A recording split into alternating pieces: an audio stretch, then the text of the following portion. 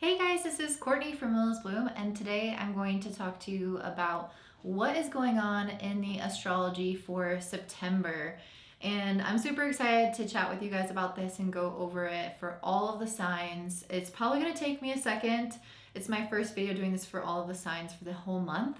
So I'm just trying to find my footing and see how I can do it in the most timely way possible.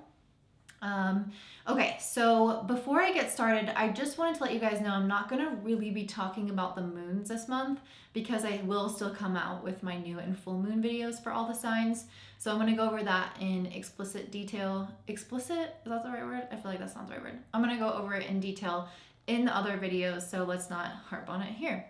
Okay. So let's go ahead and start off. All right, up next I have Scorpio and Scorpio Rising. So as I've been telling the other groups, I have organized this monthly forecast by planet in chronological order. So essentially what I mean by that is that the dates might be kind of all over the place because I'm looking at the planets in terms of its transits, and then I move on to the next planet and its transits in chronological order. So it's kind of skipping. So if that doesn't make sense to you guys, if you don't like that, comment down below and let me know. Okay, so for you guys, Scorpio, you're going to have the Sun in Virgo in your 11th house for the majority of the month until the 22nd when the Sun moves into your 12th house. So you're going to experience this kind of twofold of energy. The Sun in the 11th house is a very enigmatic, very outward energy where you're very much a part of the community. You feel like you want to be maybe a little bit more social, or you're very excited about working on certain plans or long-term visions or dreams. Maybe you're connecting in some form to things that interest you in the community. Maybe you're joining groups of people or going to workshops or things that are helping you change yourself or change the vision of your life or feel more connected and make an impact on your life. But then on the 22nd, the Sun moves into your 12th house. So that energy really calms down. It really goes inward and becomes introspective. So all of that outward socializing and connecting and everything is kind of put out. That flame is put out in a way, and it's all turned within. So if you feel this energetic shift, know that that's really normal. So that again will happen on the 22nd when the Sun moves into your 12th. So on the 6th of the month, the Sun is going to make a trine to Uranus. I love this. I feel like this is an opportunity for you guys to have some form of connection or someone else coming into your life that's going to subtly shift things for you. Either it's going to create new friendships or help you create new goals and new understandings of yourself. But regardless, I definitely am getting this sense that you're going to be highly impacted by the people around you on this date and likely have a lot of self-realizations that can impact the direction of your life, at least socially, but possibly on a much broader scale than that, depending on how it lands in your chart. On the 14th, the Sun is going to make an opposition to Neptune. So I kind of feel like you guys might gain some sense of self-awareness, some confidence, but then like in the middle of the month, that might be challenged in some respects. You guys have Neptune in the 5th house, so you might be trying to pursue something either socially or creatively, and then find yourself a little bit, I don't want to say blocked, but I would say because Neptune is actually really great for creative things. So it's kind of great to have Neptune in the 5th, transiting your 5th house, because the 5th house is super creative, Neptune is super creative, so the energy flows a lot better. But because it's opposing the Sun, to me it's giving some sense of like misunderstanding, a lack of concreteness to an idea. So maybe around the middle of the month, if you're trying to pursue something in a concrete way or gain an understanding of something in a concrete way, the 14th is like not really your day to do that. Yeah, I would just be mindful of that. So if you feel like, hey, I was feeling so confident, I had all these shifts, and now I'm trying to like sit down and do something about it, and it's not working, or I don't really know what to do about it, or I feel really creative, but I'm not sure how to concretize this. Like, don't try to push through it, because on the 14th it's not meant to be pushed through.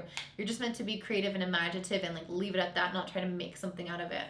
And if it's something to do with relationships, there could be some aspect of relationships that's confusing you, or there can be, or you can think that you know all about a situation, but actually you'll find out 2 days later when the sun makes a trine to Pluto that that person isn't what they said they were, or that the situation didn't work out quite like you thought it would.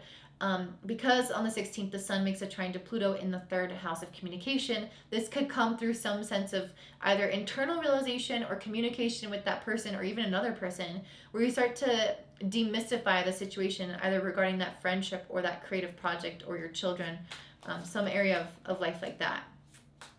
On the 29th, the sun is going to be trining Saturn. So by this time, the sun is in your 12th house. So when it trines Saturn, this is an opportunity for you guys to become more disciplined in your rest, or your ability to tune into your spiritual practice.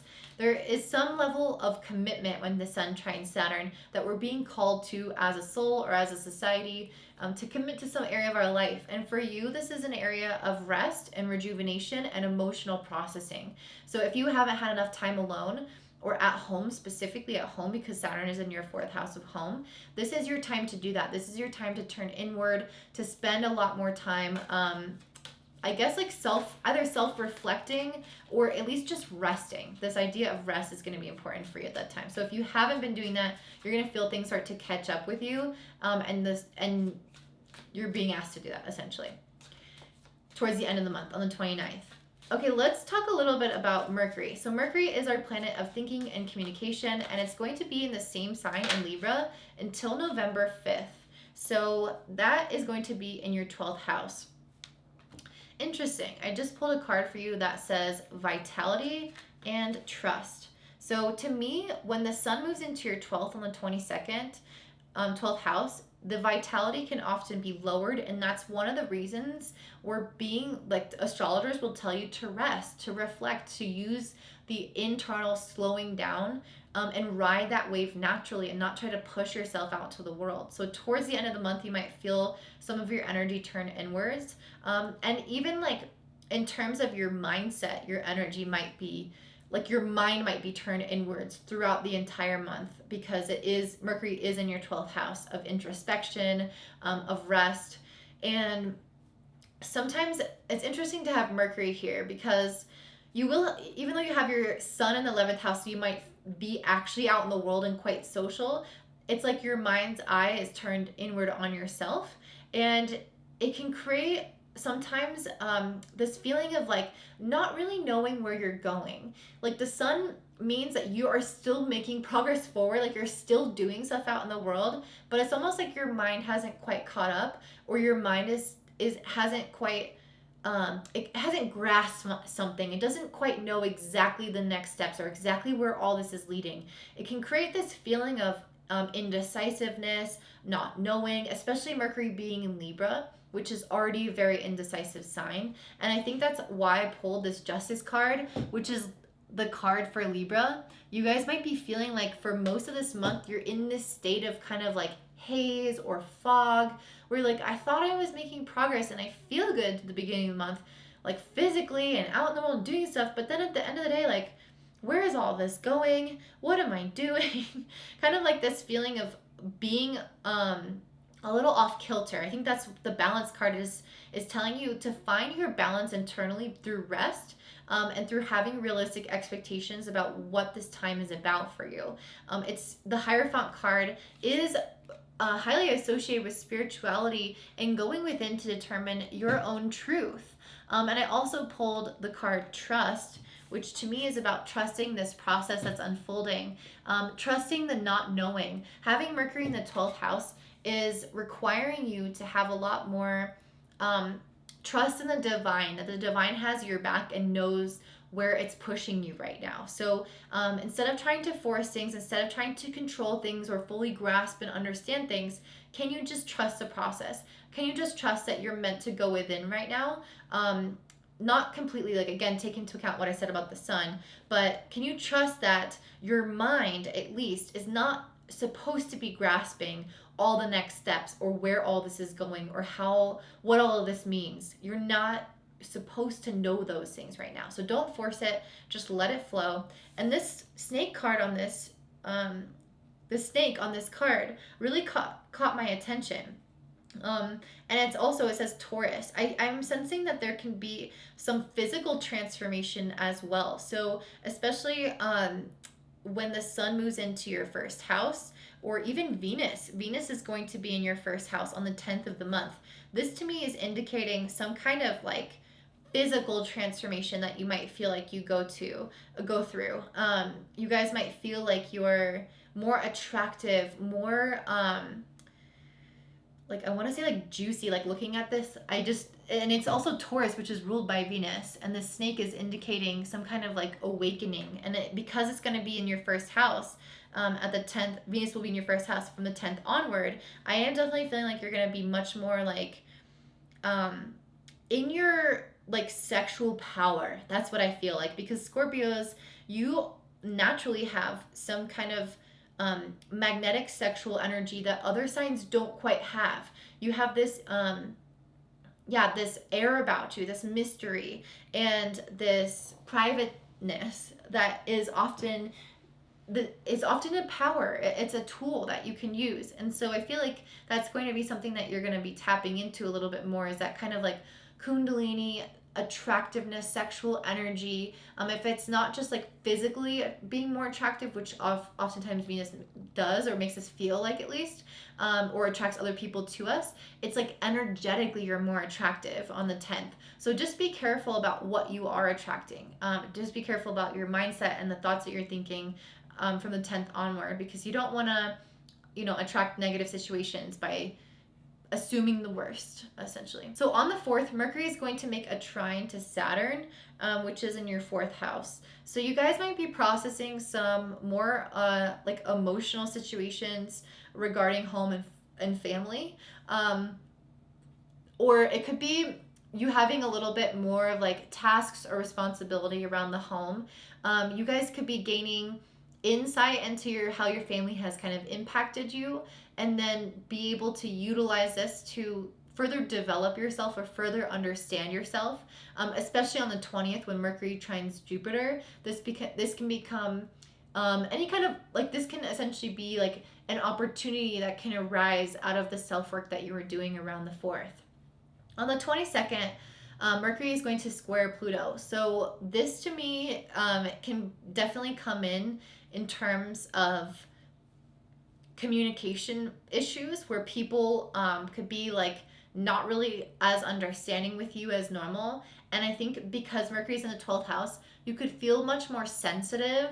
Again, your mindset is turned inward. So it's kind of like having other people being really like, I don't want to say, so I'm just going to say aggressive. I don't necessarily think that they're going to be aggressive, but like the energy can come across as quite aggressive when you're so raw and you're so sensitive and you're like in this cocoon period, and other people are like talking to you in a certain way or trying to like convince you of something, or something in the outside world. There's some form of like ideas and communication and transmission of thoughts that can feel abrasive at this time, can feel like it's forced upon you, or like it's trying to control you, or like it's this negative entity. So just ignore that or resolve that. And that's going to be easier to resolve on the 27th when Mercury goes retrograde in this house, because it's going to give you an opportunity to really tie up any loose ends related to this issue or any issue prior to this. So having Mercury retrograde through your 12th house is kind of like, the 12th house is already around endings, and it's like re-examining those endings, re-examining the things in your life that you're desiring to change, to shift, to let go of. It's definitely a time to think about the past. Yes, like the 27th onward, you're going to be thinking much more about the past and focusing your energy on that, and maybe unlearning some things that were told to you or taught to you that you feel like don't actually match where you're going in life. And this is going to help you step into a greater sense of balance.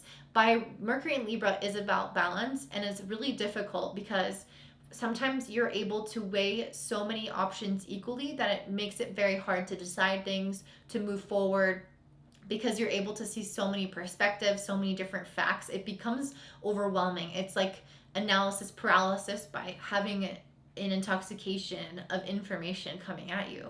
And so I feel like it's actually going to help you rebalance things by maybe going back to things where you haven't fully committed to or just made decisions around something. With Mercury and Libra, it's also our ability to see what has been out of balance in our life. Maybe relationships, people, circumstances, events in the past have made you feel out of balance, or that those situations have been out of balance and have affected you negatively. So now is your time to go back and fix those things and recognize where those potholes are and how you can go back and cement them further to create that sense of balance that everyone feels like they need before we enter into full Libra season on the 22nd. So now let's talk about Mars, which is our action, our drive, our energy, our decisiveness to move forward. So for you guys, Mars is going to be in your 11th house and then transition for the first half of the month, and then transition on the 14th to your 12th house. So again, that first half of the month, you're going to have a lot more vitality. You're going to have a lot more energy to go out and socialize and connect with different people. This is a really great time to make, for networking essentially, to make important connections that are going to serve you maybe in 2 months from now when the sun moves into your sign. So on the 22nd, the sun is going to move into your 12th house. And on the 14th, Mars will move into your 12th house. This is a time when you're not really supposed to be necessarily taking action on all those connections. The first half of the month you are supposed to. The latter half of the month is more about shutting down, going within, and understanding and kind of interpreting a lot more stuff around the past, because Mercury is going retrograde. So once you've resolved some of those things from the past, then the next month you're going to have the sun move into your first house, and you can start to utilize the information and the connections and everything that you gained from the beginning half of September in October when the sun is in your house. So I hope that makes sense. So essentially you're going out into the world, collecting relationships, collecting information, understanding perspectives, and shifting some ideas about yourself and your path. And then you go into this incubation period where you go within and you're processing things internally. Then you reemerge the following month with the sun in your first house, ready to implement the things that you learned the month prior. Okay, so I hope that does make sense.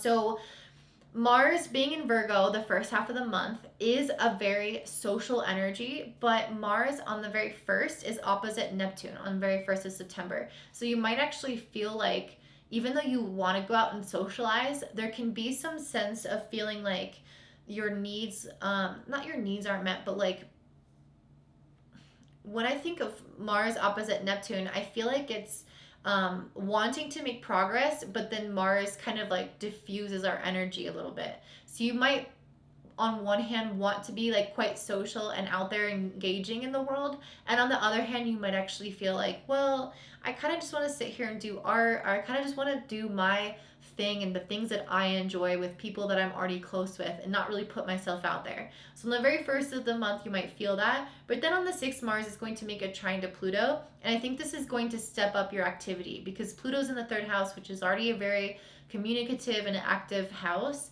and then Mars will be in your 11th. So this is a time when you can have difficult conversations, where you can be much more magnetic. This is a good time for marketing if you're interested in that, making really deep connections with people that you can utilize later in October. So the very first of the month, you might not feel this as much, but then on the 6th, you're going to be more passionate, more like driven and ambitious, and also less afraid to put yourself out there. Mars is about courage. Pluto, there's no fear. You know that you have this power within you. So when these planets are speaking in harmony, it's telling you to put yourself out there in a way that might feel risky normally, that on the 1st of the month didn't feel good, now feels good, now feels more exciting, and you're brave to go out there and witness different people and make those connections. On the 25th, this is when Mars is going to be finally in your 12th house. It's going to be trining Saturn in your 4th house. So this is about definitely taking some purposeful rest, really reflecting on where your life has been going in terms of, how you feel emotionally, how things have impacted your inner well-being. And I guess doing anything that can be more responsible to take care of yourself, to make sure that you are, able to move forward in this next chapter ahead, because you have revitalized yourself on all levels of being, from the soul to the mind to the body. So bringing in the responsibility to take care of yourself, and the energy also to do that.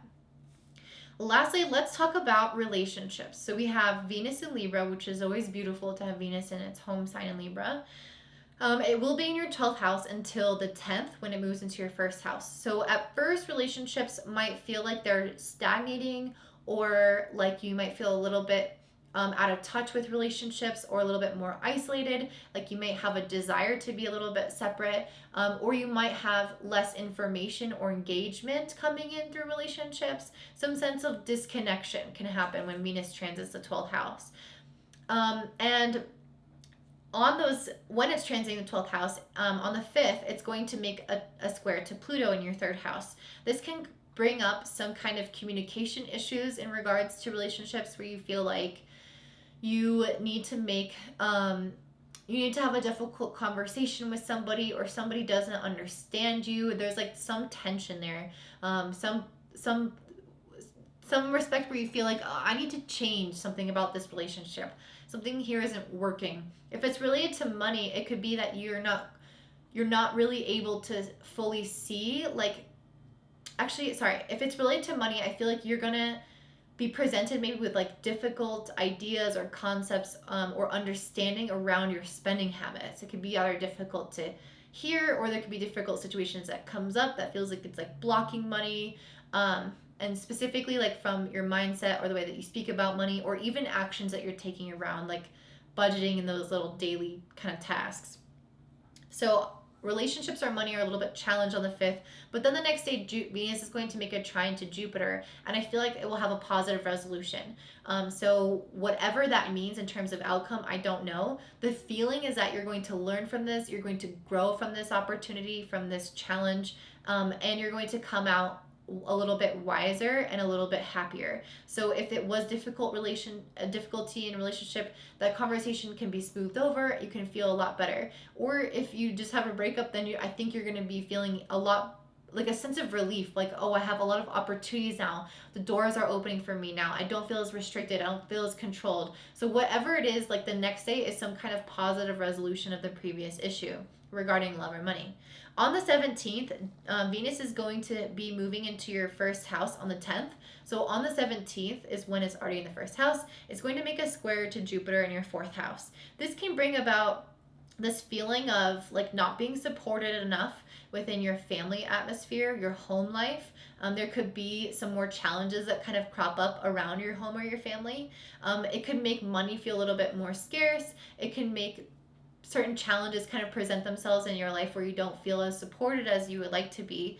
And then whatever kind of dissatisfaction tends to arise at this period, honestly, this could be a lot of things. I don't want to give super concrete examples, but whatever dissatisfaction arises when Venus squares Jupiter is going to likely be resolved on the 23rd, when Venus opposes Uranus. Uranus is in your 7th house of relationships, and so I think you're going to realize, like, no, I'm done. I want freedom. I want a change. I want this end of this old cycle. I'm really tired of this old feeling, this old cycle that's been coming up in my relationship patterns. I'm tired of it, and I want to shift it.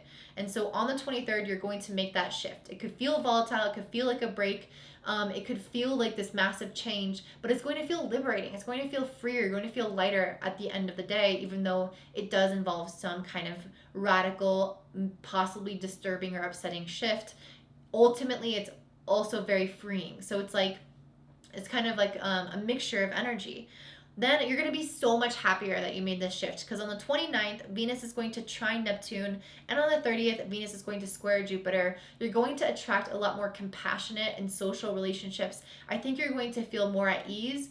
Be a little bit careful, because I think you're going to be much more likely to want to overdo it with like this new aspect. You might feel like, I want to be super social, and then you're not like sleeping enough, or you're like eating too much, or you're drinking too much, or spending too much. There can be a tendency to overdo it, but ultimately it seems like this kind of body high and relationship high and things feeling like they're going up and they're improving, and like you have been liberated in a very positive way, and that the repercussions from it have all been positive and uplifting.